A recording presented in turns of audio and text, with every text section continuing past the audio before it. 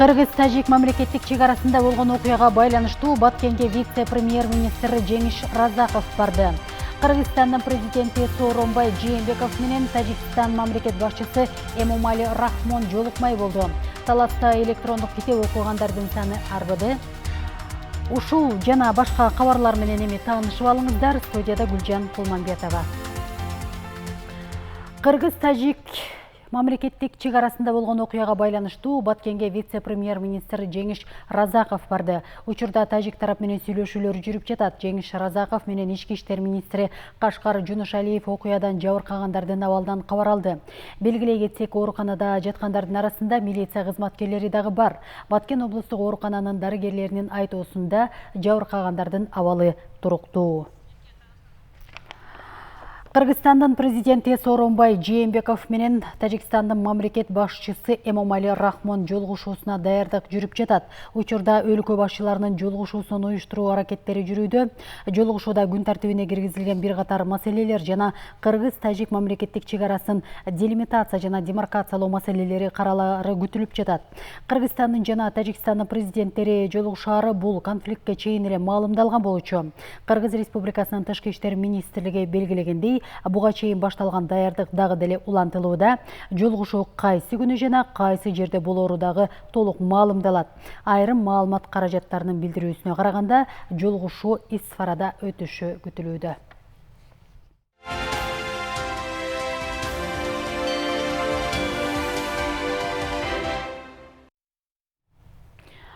Президент Сооронбай Жээнбеков Евразия турукташтыруу жана өнүктүрүү фондунун директору Андрей Широковду кабыл алды. Биргелешкен социалдык экономикалык долбоорлорду ишке ашыруунун жүрүшү жана өнүгүүгө багытталган кызматташтыктын келечеги талкууланды. Президент Сооронбай Жээнбеков Токтогул гидроэлектр станциясын реабилитациялоо жана энергетикалык инвестициялык долбоорлор боюнча кошумча макулдашууну ишке ашыруу республикада энергетикалык кубаттуулуктун көлөмүн арттырууга мүмкүнчүлүк берерине ишене тургандыгын билдирди. Президент ошондой эле Евразия турукташтыруу жана өнүктүрүү фонду тарабынан ден соолук кербени долбооруна бөлүнгөн грант айыл калкын алдын ала медициналык кароодон өткөрүүгө олуттуу колдоо болоорун билдирди. Евразия турукташтыруу жана өнүктүрүү фондунун долбоорлук блогунун аткаруучу директору Андрей Широков фонддун ишмердүүлүгүнө колдоосу үчүн ыраазычылык билдирди. Ал ирригациялык тармактагы жана республиканын аймактарын ичүүчү таза суу менен камсыз кылуу долбоорлорун ишке ашыруу боюнча иштер башталгандыгын маалымдады. Азыркы кезде калктуу пункттардын тизмеси аныкталды жана пилоттук долбоорлордун тажрыйбасы иликтенүүдө. Ал ошондой эле энергетика, транспорт, саламаттыкты сактоо жана айыл чарба чөйрөлөрүндөгү долбоорлорду ишке ашыруу улана тургандыгын белгиледи. Жогорудагы бардык багыттар боюнча тийиштүү мамлекеттик органдар менен тыгыз иш жүрүп жатат. Президент Сооронбай Жээнбеков Түркия парламентинин депутаты Елдерим Тоорул Түркешти кабыл алды. Сооронбай Жээнбеков эки тараптуу кызматташтыктын азыркы абалына канааттангандыгын айтып, Кыргызстан үчүн Түркия бир тууган жана дос өлкө экендигин белгиледи. Президент 2018-жылы Кыргызстан менен Түркия ортосундагы стратегиялык кызматташтык боюнча Жогорку кеңештин 2014-жылдан бери болбой келаткан жыйын өткөндүгүн эске салды. Ал соода-экономикалык байланыштарды өркүндөтүү жана экономикадагы келечектүү багыттарды аныктоо зарыл экендигин баса белгиледи. Түркия улуттук улуу жыйынынын депутаты Елдерим Тоорул Түркеш кабыл алуусу үчүн ыраазычылык билдирди жана парламенттер аралык диалогду активдештирүү эки өлкө ортосундагы эки тараптуу кызматташтыктын өнүгүшүнө жакшы таасир этерин белгиледи. Елдерим Тоорул Түркеш түрк тарап конструктивдүү диалог үчүн ар дайым ачык экендигин баса белгиледи жана Кыргызстан менен Түркия ортосундагы кызматташтыкты мындан ары дагы карай илгерилетүүгө даяр экендигин кошумчалады. Таласта электрондук китеп окугандардын саны арбыды. Аймактарды өнүктүрүү жана өлкөнү санариптештирүү жылында облустун Көпүрө базар айылдык китепканасы жергиликтүү бюджеттин эсебинен электрондук китептер менен толукталган. Бул электрондук китептер алынганы окурмандардын саны дагы 500-ге чейин өскөн. Себеби электрондук китеп аркылуу окуу бир топ ыңгайлуу. Элетте болуп аткан жакшы саамалык тууралуу кабарчыбыз Нургүл Жумабекованын материалында.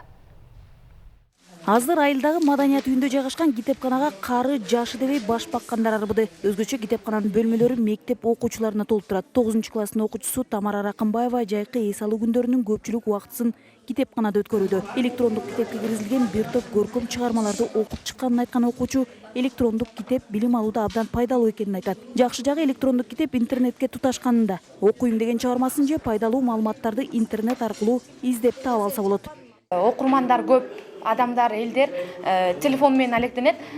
Мен аларга сунуштап кетмекчимин, ушул электрондук китепти окугула депчи.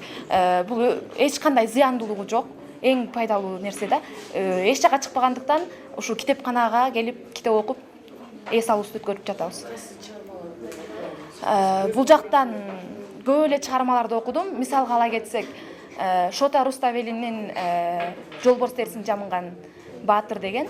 Китепканага жөнөкөй китеп окууну сүйгөн айылдын тургундары да көп келет. Эгер буга чейин жылына 1400 окурман болсо, электрондук китептер колдонула баштаганы окурмандардын саны 2000ге чейин жеткен. Чыңгыз Айтматов жазуучубуздун ар бир чыгармасы бул жашоого сонун чагылдырган китептерден болуп эсептелинет эмеспи? Ошол жазуучубуздун китептеринин баардыгы бар бу жерде, бүттүгүн окуй алдык. Андан тышкары чет өлкөлөрдүн жазуучуларынын да китептери бар. Жаңы чыккан китептер бар бул жерде. Убактыбызды тапканга жараша келип окуп атабыз. Жергиликтүү бюджеттен бөлүнгөн 40 000 сомго баардыгы болуп 5 китеп сатылып алынган. Ар бири 8 000 сомдон. Электрондук китептин ар бирине 2000ге чейин китеп батат. Азырынча электрондук китептин ар биринде 100дөн ашык китеп камтылган. Бул адабий, тарыхый жана башка мазмундагы китептер. Ошол эле учурда Манас эпосунун бардык варианттары да көчүрүлгөн. Өзү фонту 115 китеп менен келген. Биз андан тышкары азыр интернет булактарынан 400-500ге чейин китеп көчүрүп койдук ичине. Бул китепти балдар абдан кызыгуу менен окуйт. Мисалы үчүн бир жака чыгуу үчүн болсо деле 5 китеп алса, ал китеп алса, орду дагы абдан көп. Ал эми бул китептин ичине 2000 китепти бир кичинекей китеп менен көтөрүп жүргөн. Бул компактный дагы өзү көтөрүп жүрүүгө, пайдаланууга да абдан ыңгайлуу. Көпүрө базар айылдык китепканасынын жайлоодогу балдарга да китеп окутуу боюнча бөлүмү бар. Бара-бара электрондук китептердин саны көбөйсө, алыскы жайлоолордо жүргөн окуучулар да китептин электрондук түрүн окуй башташат. Нургүл Жумабекова, Руслан Сабатаров, Ала Тоо 24, Талас облусу. Быйыл мына ушул Таласта фасолдун түшүмдүүлүгүн жогорулатуу максатында жаңы сортун өстүрүп сынап көрүүнү чечишкен. Талас облусу боюнча 50ден ашыгыраак гектар жерге сыноо иретинде Төө буурчактын Нирвана сорту айдалды. Төө буурчактын бул сорту эмнеси менен айырмаланат? Кабарчыбыз Нургүл Жумабекованын материалында. Быйыл таластыктар төө бурчактын жаңы түрүнүн уругун алганын турушат. Анткени мурдагы лопатка сорту эскилиги жетип, түшүмдүүлүгү төмөндөп кеткен. Мындан улам фасолдун жаңы сорту Кыргызстандын климатына окшош Туркиянын Кония шаарынан алынып келинген. Төө бурчактын Нирвана сорту 50ден ашык гектар жерге сыноо иретинде өстүрүлдү. Бакаята районундагы сорт сыноо тилкесине караган 21 гектар жерге да айдалган. Майдын ортосунда айдалган төө бурчак 10 сантиметрге чейин көтөрүлүп калды. 4-үнчү жолу сугарылып, жери жумшартылып, ото чөптөрү жулунган. Мурда лопатага салыштырмалуу бир чети бунун чыгышы саал немерээк экен, живучийдай болуп мындай көп тоскоолдуктарга моюн сунган жок. Мисалы жамгыр жааганда катмар болбой тез чыкты да. Живучий жагы бар экен. Эгер төө бурчактын бул түрү жерге ыңгайлашып өсүп, түшүмдү мол бере турган болсо, бул жаңы сорттун уругу Талас облусу боюнча дыйкандарга таратылып берилгени турат. Өзгөнү тиги булары жакшы, кадимки эле фасолдор болуп өсүп атат. Анан эми түшүмдү күзүндө эсептейбиз буйруза. Анан Кудай деп турайлы канчадан берет. Анан үмүтүбүз жакшы эле болот. Мурунку биз Талас облусунда эгип жүргөн фасолдор картайып калды. Анан азыр любой нерсени обновить этиш керек, сортторун. Ошону обновить этип жаңы болуп атат. Анан буйруза бул эми жакшы түшүм берип калса, ошол Талас облусун 2-3 жылда охват этип бүт уруктарды которулат да. Бул жаңы болот. Төө бурчактын Нирвана сорту ак түстө. Дыйкандар даамы өзгөчө экенин белгилеп жатышат. Мындай элита сортторун сатып келип, айдоо үчүн үрөн чарбаларына жергиликтүү бийлик тарабынан $17.000 каралган. Бул фасолду биз быйыл Кудай буйрса 4 тоннадан минимум берет деп атат. Бул фасолдор жаңы фасолдор. Элитасы экен, анан супер элита дагы бир 15 жылга чейин колдонулат, анан кайра алмаштырыш керек экен. Азыр биз $17.000 бөлүп берип атабыз берге Семеновский хозяйствого. Азыр булар иштешип атат. Кийин урожай чогулгандан кийин биз дыйкандарга жана килограмм на килограмм алмаштырып беребиз, потому что биз акча власть эттик даярга $17.000 өнүктүрүү бакубат талас фондунан. Ал акчаны кайра ордуна коюп туруп, жана фасолду кайра сатабыз да. Биз адан тышкары дагы 6 түрүн алып келип эктик фасолдунчу, биз эккенден тышкары. Төө бурчактын жаңы сорту колдонулуп түшүмдүү мол бере турган болсо, фасолдун экспортко чыгып жаткан көлөмү артары бышык. Чет мамлекеттерге сыртка экспортко таластын төө бурчагы менен кошо кайналы менен алмасы да сатылат. Евразиялык экономикалык биримдиктин алкагында да эң көп көлөмдө сыртка сатылып жаткан бул ата мекендик айыл чарбазыктары. Таластын Ключевка айыл өкмөтүндө бул чарбанын алмалары негизинен Орусияга экспорттолот. 40 гектар жерге бат түшүм берүүчү жапыз алма бактары отургузулган. Жумушчу составында ушу жумушчулукту жоюу максатында ошо сезон учурунда берде бир 40-50 кишиден иштешет да. Былтыркы жылы бул алманын тигилиши 4 жыл болду, быйыл 4-жыл. 3-жылында 150 тонна ошол жерден алма алышты да. Быйылкы жылкыга ушу гектарынан 20 тоннадан урожай күтүүдөбүз да. Дыйкандарды убагында суга суу менен камсыз кылуу маселеси да чечилип жатат. Маселен, Бакаят районундагы Бакаташ менен Үр Марал бириктирилген каналы Кызыл Октябрь, Актөбө, Акназар өзгөрүш айыл өкмөттөрүн суга суу менен үзгүлтүксүз камсыз кылууда. Бирок бириктирилген каналды оңдой турчу да тилкелери бар. Объединяющий каналдын 2,5 километри 50-жылдары курулган бөлүгү бар, 2,5. Ошону буйруза азыр департаментке сунуштап, сметасын түзүп аракет кылып атабыз. Ушул потерясы аз болсун, дыйкандарга бир аз болсо суу көбүрөөк барыз деген эмеде. Анан Бакаташтын өзүндө да бир 2 километр жерин багы земляной русло менен кеткен. Аны ошо Г-образный блоктор менен плануса ошондой иштери бар да. Ал чоң суммадагы немелерди талап кылат. Ошондой болсо да биз ошого аракет кылып атабыз да. Талас облусунун жергиликтүү эли негизинен мал чарбачылыгы жана дыйканчылык менен алектенет. Мындан улам жергиликтүү бийлик тарабынан үрөн чарбаларына төө бурчактын жаңы сортун берип жатканы да дыйкандарды кубандырууда. Экинчи жагы, дыйкандарга суга суу өз малында берилгени маселе жаралбай калды. Суу болсо түшүм да мол болот. Нургүл Жумабекова, Руслан Сабатаров, Ала Тоо 24, Талас облусу.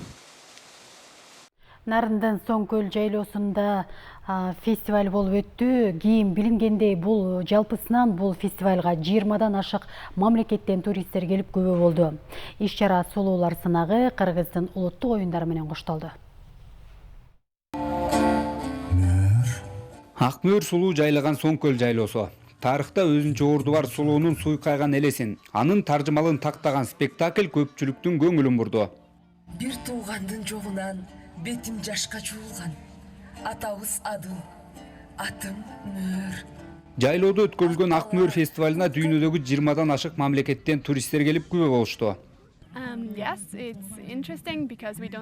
Фестиваль аябай кызыктуу өтүп жатат. Негизи кыргыз менен түрк элдери тектеш болот. Ата бабаларыбыз бир. Бирок бүгүнкү фестивалда кыргыздар бизге караганда ар кандай нарктуулуктарга бай экендигине күбө болдум. Андыктан ушундай иш-чараларды көбүрөөк уюштуруу менен жакынкы 4-5 жылдын ичинде Кыргызстанды эл аралык туризмдин очогуна айландырууга мыкты мүмкүнчүлүктөр бар экени көрүнүп турат. Албетте, аларды натыйжалуу пайдалана билүүнү үйрөнүп алуу керек.